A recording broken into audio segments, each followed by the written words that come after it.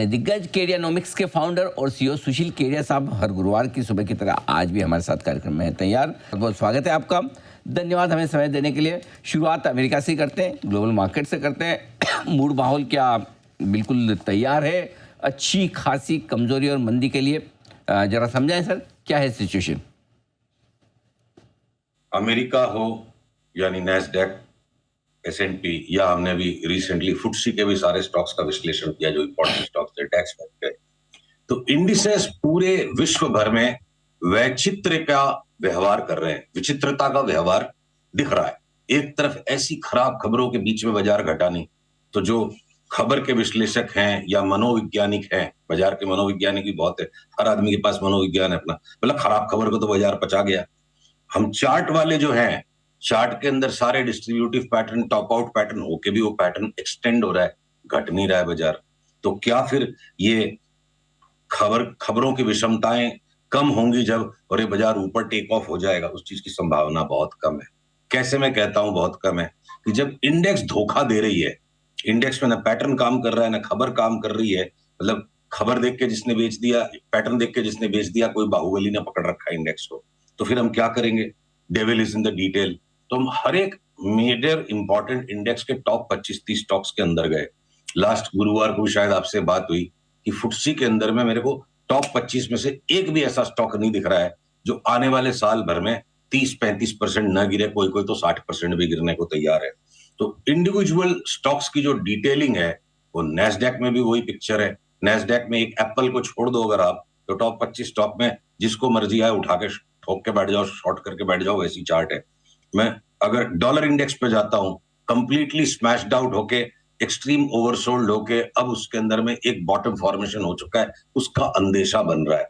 मैं फिर आऊं अगर बिटकॉइन पे और क्रूड पे, तो बिटकॉइन रिस्क ऑफ और रिस्क ऑन का सबसे श्रेष्ठ इंडिकेटर है। इसमें क्रूड वाली स्कैरसिटी या जियोपॉलिटिक्स के कारण कोई स्ट्रेस वाला फैक्टर नहीं आता है, ये प्योर रिस्क टेकिंग का इंडिकेटर है। तो बिटकॉइन में लगता है चार्ट साफ है वहां पे बिल्कुल कि $1,10,000 से ऊपर जाए बिना वापस ये 65,000 की तरफ आ जाए। तो एक बार रिस्क ऑफ आए, और अगर क्रूड में मैं पिछली बार चूक गया था, आपके प्रश्न जो बड़े सटीक होते हैं, बहुत ध्यान से आपके प्रश्नों को सुनने की जरूरत है, ये मुझे महसूस हुआ।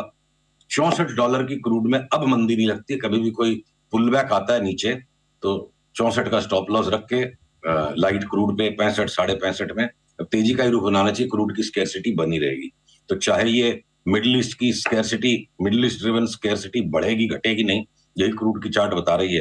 तो चाहे जियोपॉलिटिकल स्ट्रेस, डॉलर का रीबाउंड, बिटकॉइन से रिस्क ऑफ का जो सेंटीमेंट रिकन्फर्म हो, इंडिविजुअल सारे स्टॉक्स जो हैं टॉप 25-30 स्टॉक्स हर एक इंडेक्स पे वर्ल्ड की बिल्कुल बढ़ने की जगह नहीं है उनमें। इन बातों को ध्यान में रखते हुए मेरा बायस बेच के लेने का रहेगा, पर फिर भी इंडिविजुअल स्टॉक्स में जहां चाहे 1 साल के होराइजन पे बाई के सिग्नल है, चाहे 6 महीने पे, चाहे 2 महीने पे, तो हमें उनको भी रिस्पेक्ट करना पड़ेगा। लॉन्ग टर्म चार्ट्स अपनी जगह है, शॉर्ट टर्म चार्ट्स और शॉर्ट टर्म ट्रेंड्स अपनी जगह है। भारतीय बाजारों के भी दोनों समझाएं सर, क्या लॉन्ग टर्म ट्रेंड कमजोरी वाला बरकरार है और क्या शॉर्ट टर्म ट्रेंड में कोई फिर उछाल के संकेत हैं? कैसे दोनों तरह से आप देख रहे हैं निफ्टी और बाकी इंडाइसेस को?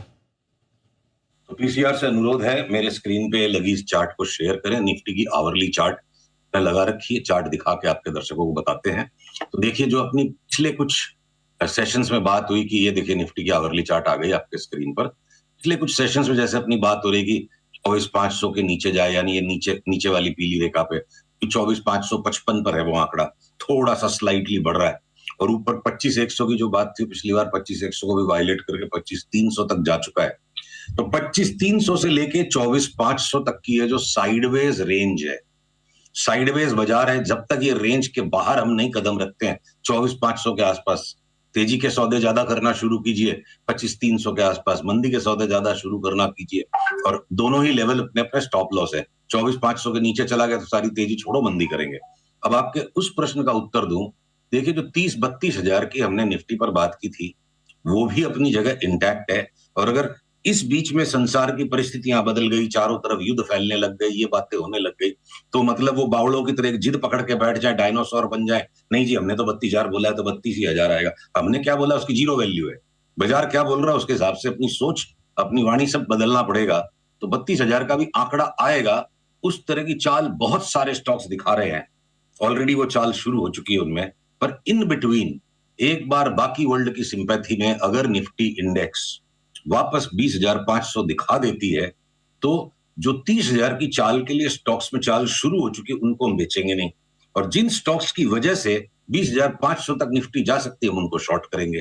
तो वो शॉर्ट करने वाला काम अगर 24,500 के नीचे निफ्टी जाती है तभी क्लियर कट इंडेक्स को शॉर्ट करना चाहिए, और अगर 25,300 के ऊपर भी कोई वजह से ब्रेकआउट आ जाता है, तो ये मौके पे कोई असंभव घटना नहीं है कि ये देखिए लार्जर येलो लाइन को, डीपर येलो लाइन को 25,300 के ऊपर चला गया और कभी 26,000 तक भी इस इंडेक्स को पुश कर दिया, तो डायनामिक होना पड़ेगा। किसी के बोले हुए की क्या वैल्यू है? तो बाजार बोल रहा है, रोज का रोज अपनी बोल और अपनी सोच और अपना सौदा उस हिसाब से बदलते रहना पड़ेगा। बाजार के मूड माहौल के हिसाब से आपको अपनी स्ट्रेटजी चेंज करनी होगी, लेकिन फिर भी ये तो शॉर्ट टर्म के लिहाज से ठीक है। लेकिन सुशील जी, अगर लॉन्ग टर्म आपका बोल्ड कॉल मुझे जानना हो, 32,000 पहले या 20,000 पहले, आपको क्या लगता है पहले क्या आना चाहिए? आज की तो संसार की परिस्थितियों को देखते हुए और चार्ट्स के स्ट्रक्चर को देखते हुए, खास करके सारे वर्ल्ड की इंडिसेस को देखें, बिटकॉइन को देखें, वॉलेटिलिटी इंडेक्स को देखें, डॉलर को देखें, तो 32,000 के आंकड़े पे मुंह से निकल गया इसलिए उस पर जिद करके बैठना मुझे समझदारी बिल्कुल नहीं लगती है।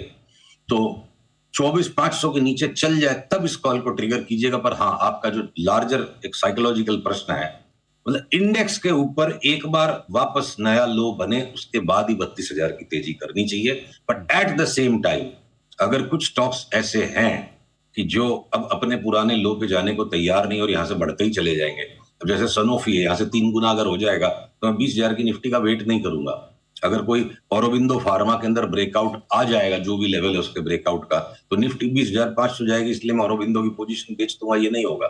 20,500 निफ्टी भले जाए, औरोबिंदो को अगर 2200 तक जाना है और अगर उसमें ब्रेकआउट आ गया तो हम उसको पकड़ के रखेंगे। तो मेरा कहने का तात्पर्य ये है कि जिन स्टॉक्स में वो 30,000 वाली चाल का ट्रेंड अगर बन जाए, तो ये शॉर्ट टर्म ट्रेडिंग के लिए 20,500 की निफ्टी के चक्कर में वो पोर्टफोलियो बेचना नहीं। शॉर्ट टर्म ट्रेडिंग का खेल अपनी जगह पर सेंटीमेंट का खेल है, जो अलग तरीके से हमें खेलना होगा।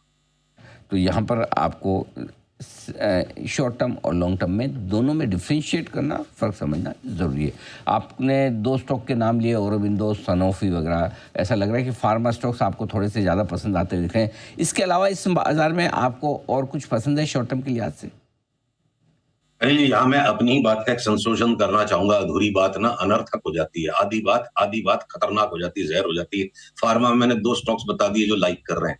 3 स्टॉक और है जिनको हम शॉर्ट टर्म ट्रेडिंग में निफ्टी 20,500 की चाल के लिए शॉर्ट कर सकते हैं। डॉक्टर रेड्डी, ऑलरेडी उसका शॉर्ट सेल ट्रिगर हो गया, और लॉरस लैब्स और बायोकॉन हो सकता है आने वाले कुछ दिनों में शॉर्ट ट्रिगर हो जाए, और हो सकता है कि लुपिन के अंदर में 20,500 वाले भाव पहले ही बन चुके हैं, वो एक तरफा बढ़ता चला जाएगा। तो जैसे फार्मा के अंदर ये 5-6 उदाहरण से मैंने आपको एक चीज स्पष्ट करने की कोशिश की कि हर एक सेक्टर के अंदर, ये सिर्फ फार्मा में नहीं है, हर एक सेक्टर के अंदर अलग अलग स्टॉक्स अलग अलग टाइम होराइजन पर, अलग अलग फ्रीक्वेंसी पर, अलग अलग तरीके की चाल दे रहे हैं। अगर स्मॉल फाइनेंस बैंक्स में आपसे मेंटेन करता था कि हम बेचेंगे ही नहीं, तो एयू बैंक 4,500 वाला आज 850 का भाव हो गया, टारगेट मीट हो गया, चार्ट के पैटर्न सेल के आ गए, लॉन्ग काट के शॉर्ट्स कर दिया, ठीक, वो शॉर्ट हो गया। बट इसका मतलब ये नहीं कि सारे के सारे स्मॉल फाइनेंस बैंक शॉर्ट हो जाएंगे। उत्कर्ष स्मॉल फाइनेंस बैंक थोड़ा सा नीचे आते के साथ दोबारा लेना है, थोड़ा सा ही नीचे आते के साथ। वो एयू बैंक की तरफ हमारा कॉल नहीं कि वो वापस नए लो में जाएगा। उत्कर्ष स्मॉल फाइनेंस बैंक 10-15 रुपया घटते के साथ आपको लेना है, जोर से वापस नए हाई की तरफ बढ़ने के लिए। तो उसी तरह से अगर प्राइवेट सेक्टर बैंक्स के अंदर में बड़ी मंदी दिखती है, निफ्टी को डुबाने में प्राइवेट सेक्टर बैंक्स का हाथ होगा। पीएसयू बैंक्स बहुत रिलक्टेंटली, बहुत थोड़े ही घटे हैं, तो हो सकता है एकदम शॉर्ट टर्म ट्रेडिंग करने के लिए, आजकल की ट्रेडिंग करने के लिए, अगले 5 दिन की ट्रेडिंग के लिए हो सकता है एक बार बीओबी, पीएनबी, एसबीआई अब भी अचानक आपकी मेरी बातचीत खत्म होते होते फ्लेयर अप आ जाए तो बड़ी बात नहीं। तो अलग अलग स्टॉक्स या with in each particular sector, जो सब सेक्टर्स हैं, वो इंडिविजुअल सब सेक्टर्स अलग अलग धुरी पे अलग अलग काम कर रहे हैं। 9 ग्रह हैं, 9 के 9 ग्रह अपनी अपनी चाल चल रहे हैं। अभी ऐसा नहीं कि सारा ब्रह्मांड एक साथ है। कुछ छोटे सेक्टर से जहाँ पर आपसे राय लेना चाहता हूँ, मसलन रियल एस्टेट, मीडिया, कैसे देख रहे हैं इन सेक्टर्स को आप? देखिए, मीडिया में एक बहुत रोचक बात हो रही है। मीडिया के अंदर में ना वो जो जिरह करते हैं वकील, delay is denial, stock market में delay is not denial, delay is determination. तो एक एक करके मीडिया सेक्टर के सारे ही स्टॉक्स में लॉन्ग टर्म बॉटम आ गया। अब आपकी ऑडियंस वो मार्जिन ट्रेडिंग फंडिंग करके 15 दिन वाला सौदा कृपया न करे। तो 90 रुपए वाला जी मान लो आज 140 तक आ गया। कोई कारण से कभी कोई बाजार में करेक्शन आए और ये घट के एक बार 20 रुपया नीचे मिल जाए, यहां से 110-15 तक मिल जाए, 20 तक मिल जाए, तो अगले 2 साल में इसमें 400 का भाव आ जाए तो मुझे कोई आश्चर्य नहीं होगा इन्वेस्टमेंट होराइजन पे। उसी तरह से सन टीवी को 2 साल वेट करने की जरूरत नहीं है। सन टीवी हो सकता है यहां से 6-7 महीने के अंदर ही एक नया हाई प्रोड्यूस कर दे, या आपके टीवी 18 ग्रुप के स्टॉक से, या एनडीटीवी ने बड़ा बॉटम बना लिया। तो अक्रॉस द बोर्ड पूरे मीडिया स्टॉक्स की एक बॉटमिंग आउट प्रोसेस कंप्लीट हो चुकी है। और उसके अंदर इंडिविजुअल स्टॉक्स, अब 90 का 140 हो गया, कोई बोले जी में खबर आ गई, प्रमोटर्स ने 2200 करोड़ रुपए नए डालने का इरादा कर लिया, ठीक है, वो लॉन्ग टर्म के लिए बहुत पावरफुल सिग्नल है कि जब इनसाइडर्स, जब मैनेजमेंट एक कंपनी के प्रति, अपनी कंपनी के प्रति मोटा पैसा कमिट करते हैं तो उसका लॉन्ग टर्म बहुत स्ट्रांग होना चाहिए, ऐसा एक इंडिकेटर बिल्कुल बनता है। बट उसका मतलब ये नहीं है कि हम इस बात को भूल जाए कि 90 का 140 हो गया, वेट करेंगे 120 मिलेंगे। मैं मीडिया के अलावा आपको रियल एस्टेट पे कहूं, आपसे हमारी बात हुई थी महीने 1.5 महीने पहले भी कि रियल एस्टेट के सारे स्टॉक्स 2025 में सिग्निफिकेंट न्यू हाइज बनाएंगे। तो जैसे डीएलएफ भाग गया कि आपके सारे के सारे media stock, real estate stocks भाग गए, तो एक राउंड तेजी का उनमें हो गया। अब करेक्शन सेट इन हो रहा है, कुछ स्टॉक्स इसमें से हायर बॉटम बना देंगे। पर अगर मान लो लोढ़ा या मैक्रोटेक जैसा स्टॉक 1050 तक गिर जाता है, 1050 तक का करीब टारगेट आता है, 40% नीचे, यहां से 1400 का स्टॉक 1050 हो जाए, 1450 वाला, तो हो सकता है मैक्रोटेक को अभी भी हम शॉर्ट कर सकते हैं। कुछ सिग्निफिकेंट स्लाइड दिखता है और वो 1050 वाला वापस 2100 हो जाएगा। तो जहां मोटी मलाई दिखती है करेक्शन के अंदर भी, उन स्टॉक्स को सिलेक्टिवली रियल्टी के भी अभी भी शॉर्ट करके पैसे कमा सकते हैं।